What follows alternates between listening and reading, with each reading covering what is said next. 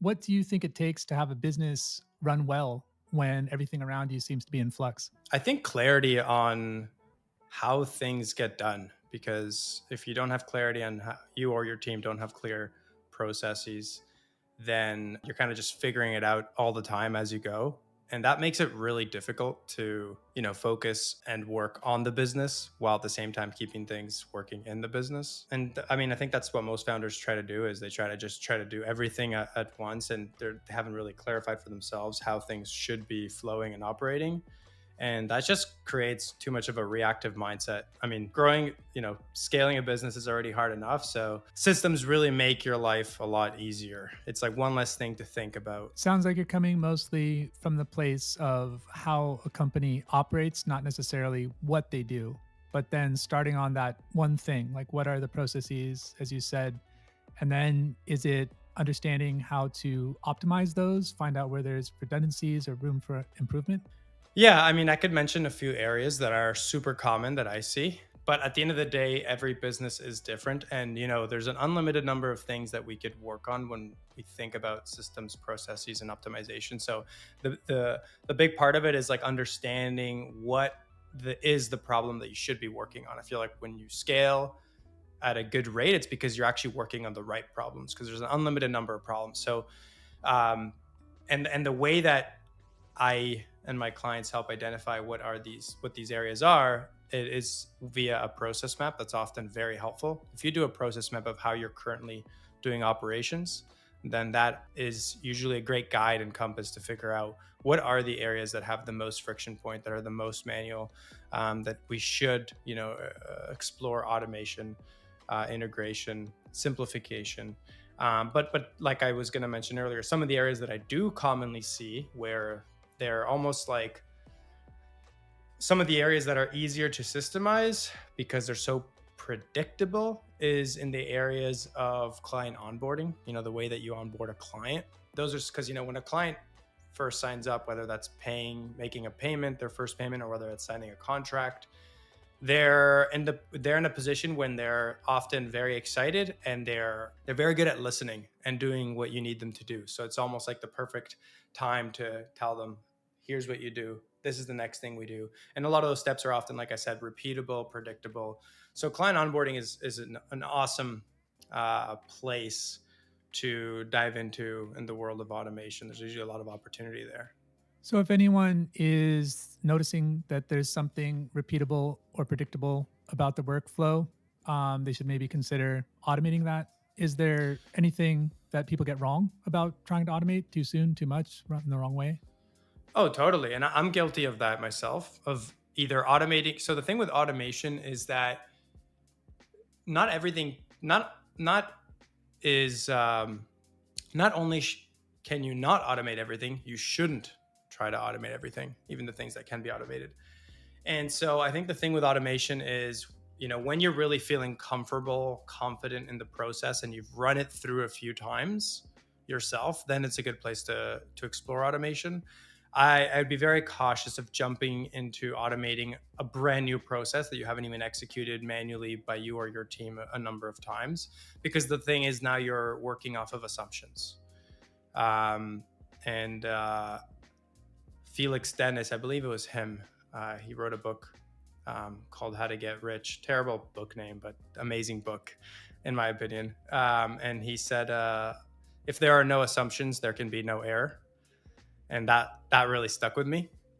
So that's the thing with automation, is like you want to be mindful of the assumptions you're making when doing automation. So at the same time, I talk a lot about automation, but like I just said, not everything should be automated. So you're always going to have these manual things. And in my opinion, it's not automation isn't like the end goal. Systemization is, meaning if you can automate something, well, that's beautiful, but we often can't or we shouldn't. So then the thing we want to actually try to do is we systemize. So then we have to systemize the manual processes that are happening in the business. And that's why that's where kind of I lean on accountability systems for the team, which is like a super simple way to systemize all the manual things that are going on in the business. So I'm often less concerned with whether we can automate something, but as long as we decide and systemize how things are getting done, that to me is actually what we should strive for as business owners. You've been in business, you said, for over a decade now, and you're coming from systems, automation, consulting. What drew you to this space? What did you notice? What was your kind of turning point? Mm. Yeah, it's been an interesting journey here. I first got into business launching an air quality testing company.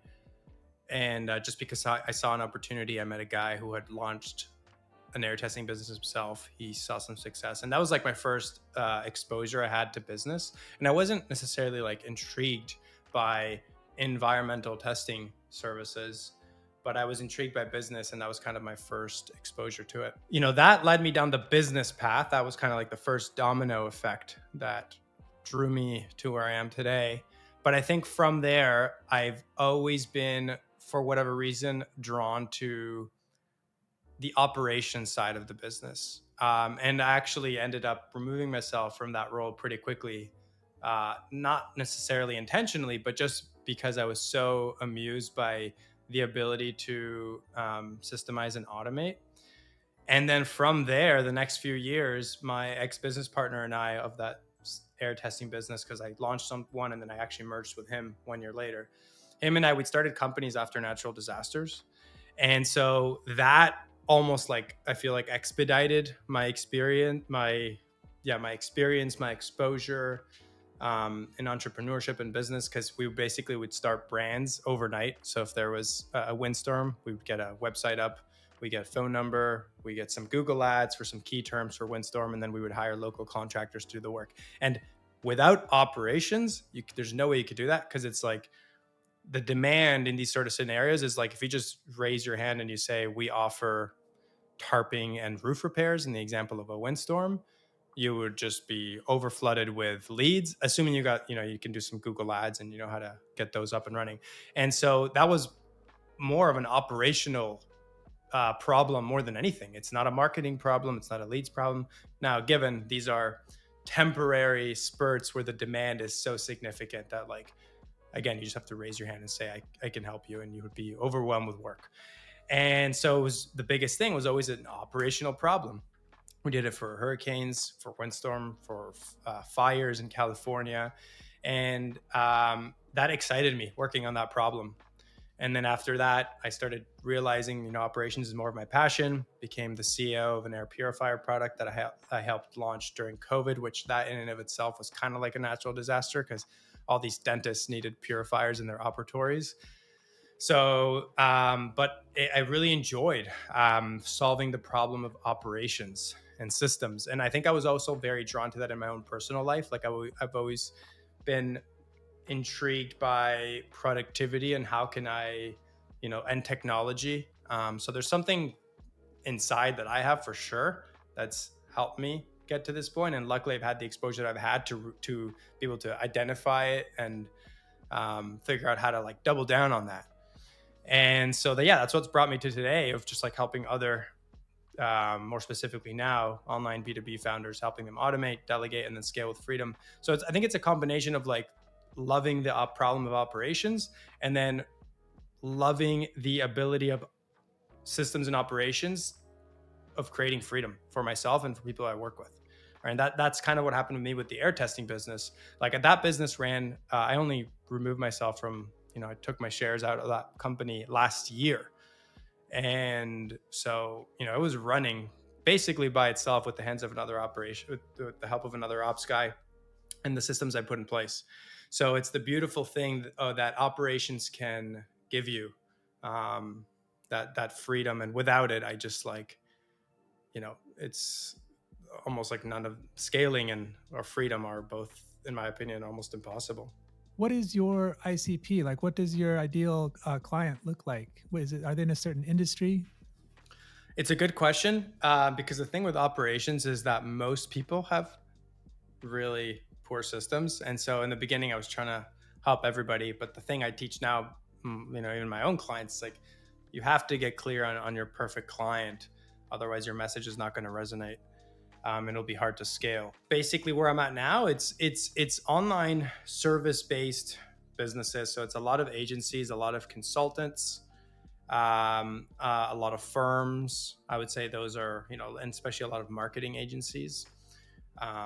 Those are kind of the more common types of clients that I work with. Yeah. Okay. And if one of those were to implement an accountability system, what might that look like? Or what would you like to tell us about that?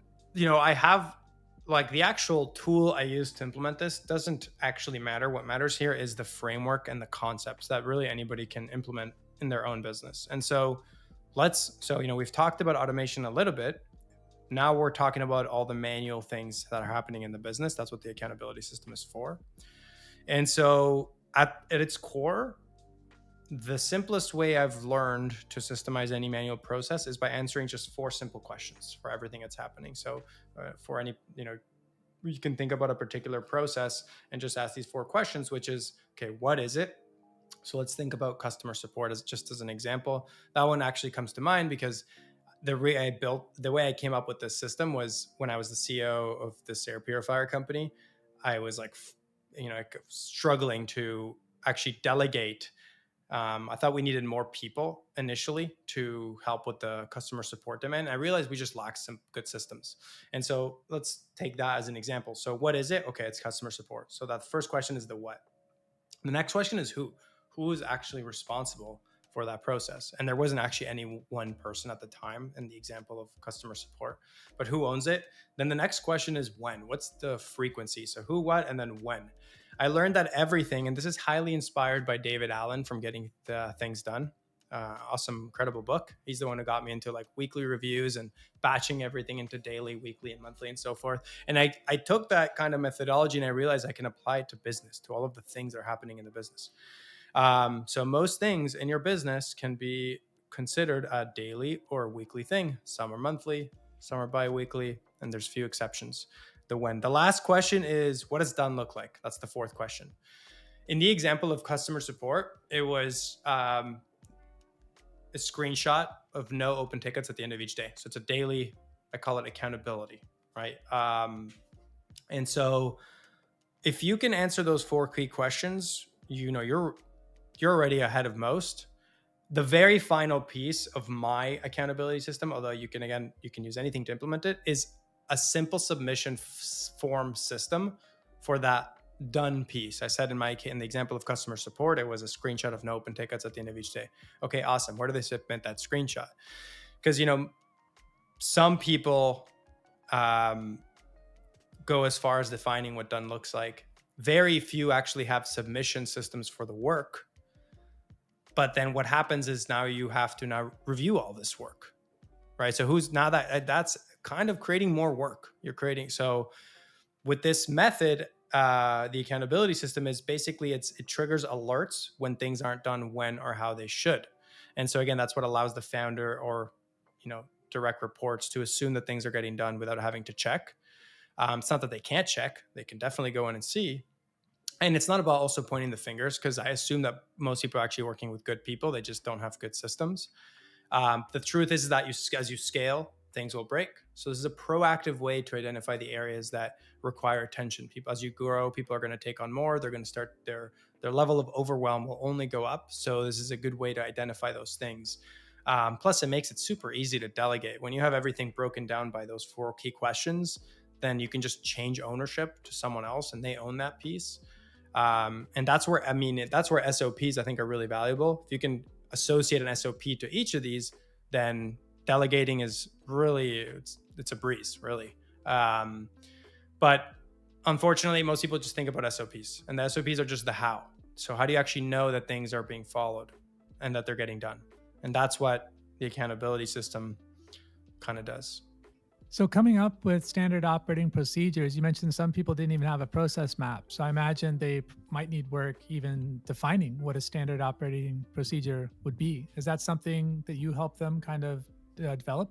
Yeah, totally. Because the first thing is understanding what are the processes. What are we even trying to, and also are we prioritizing to systemize the right processes first? Because the worst thing is spending a lot of time trying to automate or systemize or something that is like not low traffic, and that is ultimately a waste of time. So that's why the process map I like, because it gives clarity or some sort of way that you can audit so that you can have actually a good pulse. Because we want to focus on the things that create the highest ROI, right? So that's what that does. I'm not going to worry about a process that barely gets executed. Um, so yeah, that's often a great starting point. And then in terms of SOPs, I'll briefly touch on that because I know that often I work with business owners, and then they are just the idea of having to create SOPs is like kind of like an overwhelming and annoying task. Like, okay, now we got to start writing all this stuff down. And the way I see it is like, forget about the SOPs for a moment. Answer those four key questions for every process that you're working through. Once you've answered those four questions, well, that means you've answered the who. Someone owns that process. You've defined when they do it and what done looks like. Awesome. So the next person that person does the thing, just record your screen of you doing it. That's, in my opinion, some of the best ways to create SOPs on the go without having to like set time aside to do it. Plus, it's real. They're actually seeing you actually execute that process. I've worked for one or two companies where they had these systems that you had to follow in addition to doing your job that seemed like kind of like busy work. It's like the job's already done. Why do I have to then spend this much more time trying to show that the job is done? That's something I'm sensitive to when the roles are reversed now and I'm the one developing those systems. I don't want to give busy work. You mentioned these four questions. Is there anything else that you might mention to help people make sure that they're not making more work just for the sake of more work, but that it actually is reducing the overall workload while increasing the overall work quality? Yeah, that's why it's just four questions, right? Because anything more starts to really complicate things. I will say initially when I start, it's very common when clients I work with start implementing the accountability system, and one of their concerns is, oh no, is this going to add like time to my day? And the employees might think, oh, now I have to do this form, like, is that going to add time to my day? But what ends up happening is, well, the answer first of all is no, because if you're just executing your process and all you're doing is often submitting a screenshot of the final step of your process, which only really adds about 30 seconds. If you can, because the form, the way I set it up, it's the simple question of you select the accountability and you submit the thing, done. So it doesn't add more time, but that initial friction they feel ends up the complete reverse by the end, because now people actually yearn for clarity as to what's expected of them, even though they may feel like, oh no, like there's all these systems being added to my day. Everybody wants clarity, and people get so much more joy when they know exactly what's expected of them. So that kind of goes to answer maybe not the exact question you answered, but that it starts with potential skepticism, which is totally fair, but it ends with relief. And then just making sure that don't overcomplicate it. Like I said, like answer those four key questions, and then just when they submit the work, hey, don't now feel like you have to. Ideally, you have some systems in place. You don't have to review everything, because now it's creating more busy work for the direct report. But also, that's why I love screenshots, because it's like the simplest way to upload and say I did the thing. Are there any tools that you recommend, or is it pretty much they're all reasonably similar at this point and it's just choose whichever one works for you? Good question. I used to obsess over the tools, and now, like, such shiny object syndrome, so to speak. And now I'm at a place where most of them are great. It's more important how we use them than what we use. And so, I mean, I could name some tools that are my favorite, but when I'm working with clients, really it's just a question of, if they don't have a tool that they need, well, then I'm happy to make a recommendation. If they're already working with something that they like, um, and it's working decent, then no point in migrating over. If you're working with a good enough ops or systems consultant, they should be able to just work with that tool and integrate it as necessary into the rest of the flow. Um, in regards to the accountability system, answering those four key questions and having a simple submission system is the important piece. You can use anything you want for that. I build the accountability system on Airtable, but it's again, the concept is more tool agnostic. But if I was going to name like my top two tools are probably Airtable and Notion for me personally. It sounds like you work mostly with startup founders, maybe smaller, medium sized businesses. Uh, would you also work with large corporations? And could you talk a little bit about how you kind of segment your clients? Yeah, most of them are definitely in the, like, let's say sub 5 million in revenue. Although it's interesting as I continue to scale this, and work on the Scale with Freedom program, and I increase exposure, I'm starting to work with clients that are actually sending me their team members, which is an interesting idea, which is like, how do I optimize the way that they operate? So yeah, traditionally smaller sized businesses, but I can see a world because, like I said, everybody could benefit from systems. So I'm exploring the idea of maybe starting to work with larger companies, but then instead of working directly with the CEOs and business owners and founders, actually taking on their team. Because it's that could be quite valuable too if you can have a team member implement the accountability system for you. That's an interesting approach. So that's kind of where I've been focused, but I could see a slightly different path ahead. We'll see. Although I do get a lot of joy and fulfillment from actually working directly with the business owners and seeing that impact that has on their own personal lives and the business. So, what's next for you? Where are you looking to go from here with Scale with Freedom or with Thomas Morales Consulting? It's a good question. I Historically I've been offering more one-to-one done for you services, and I still have a couple of clients in this way that I'm still working with in this way. But honestly, at first I was discovering that operations is my passion. Then it's like, okay, how do I work with people to help them with their systems and operations more? And that's when that like fractional CEO one-on-one done for you consulting came into play, and that was awesome. And social media was a big part of that for me to get clients and stuff. We could do a whole podcast just about my experiences using social media to acquire clients, which it does work. You just have to do it right. And I learned that the hard way in many ways. But and then over time, productizing my own offer into this program has been a beautiful thing because it's a super scalable. It's like if I can figure out a way to create as much impact to as many people as I can in the most cost effective way, then it's going to be amazing because it'll be able to help even more people, right? And so what's in store for me?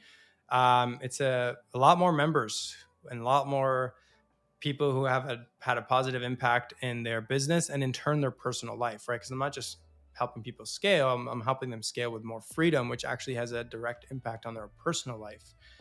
And so just focusing on this thing, if you look 10 years from now, I think there's a very good chance that I'm just focusing on this one thing. Got it. So, thomasmorales.com, we'll put all of your socials in the show notes, but on your website, people can sign up for a free actionable tip every Thursday on systems and productivity. So, great value there. Is there anything that we didn't get to touch on that you'd like to mention?